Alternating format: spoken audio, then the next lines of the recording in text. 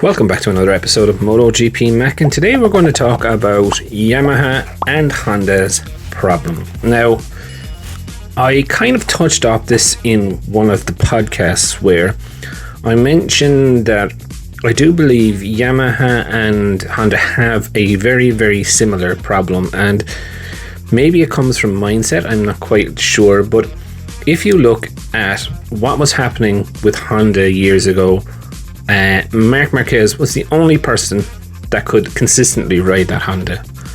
When you look at Yamaha right now, Fabio Quartararo is again the only one that's consistently able to get any sort of pace out of that Yamaha.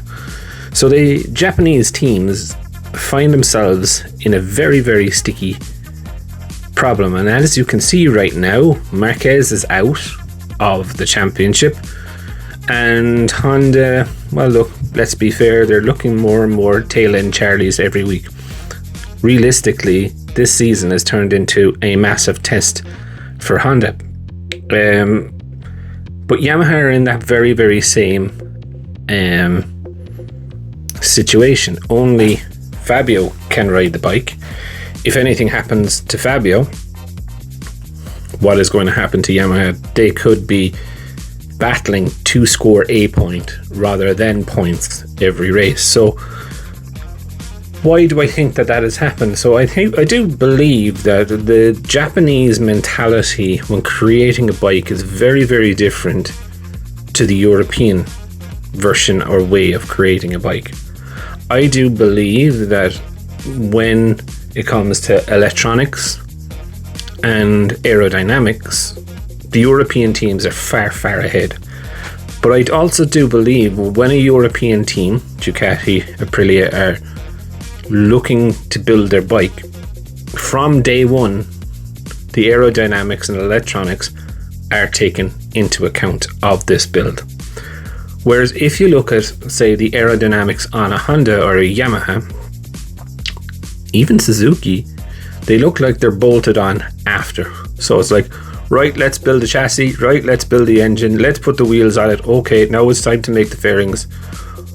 Oh, let's have a look at the aerodynamics of the bike. And I think that is, in my view, one of the biggest differences in the European and the Japanese manufacturers. Not just only about, how they build things, how they innovate things, it's just the way that the whole approach to the bikes. Now, look, we can argue till the cows come home. Yamaha, they do need to take a leap. They need to be able to make that bike rideable for everyone. In my view, Honda have started taking that leap, and it's not really paying off for them right now. But I don't think it's going to pay off for a couple of years. They're going to, if they go back into the Marc Marquez syndrome, put it on all the weight onto the front axle, that'll be fine. They'll start winning races again, but it'll only be with Marc Marquez. Marc Marquez goes away, what's going to happen? There's going to be a little bit of pain again till they find a rider that can do the exact same thing. Not saying that that's not possible, but what I'm just saying is that what I see from the Japanese type of engineering is very much so electronics, aerodynamics come after the actual chassis build and the engine build. Whereas when the European teams are building the bikes, it's like, okay, for example, how do we get the rider a little bit, say, lower underneath the thing?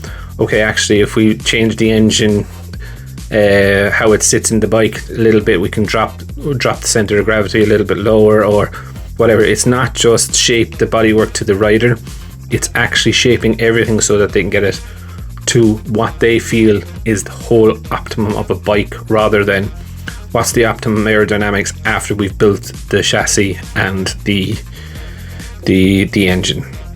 But I definitely love to know your thoughts, and I know it's a little bit of a weird one, but it was just something that I was thinking of the other day. So love to know your thoughts. What do you think? Do you think the Japanese are much better at engine and chassis, or do you believe, like I do, is that the Europeans or the Italian manufacturers are looking at the bike in a more holistic view rather than just chassis and engine and bolt-on parts after. So definitely love to know your thoughts.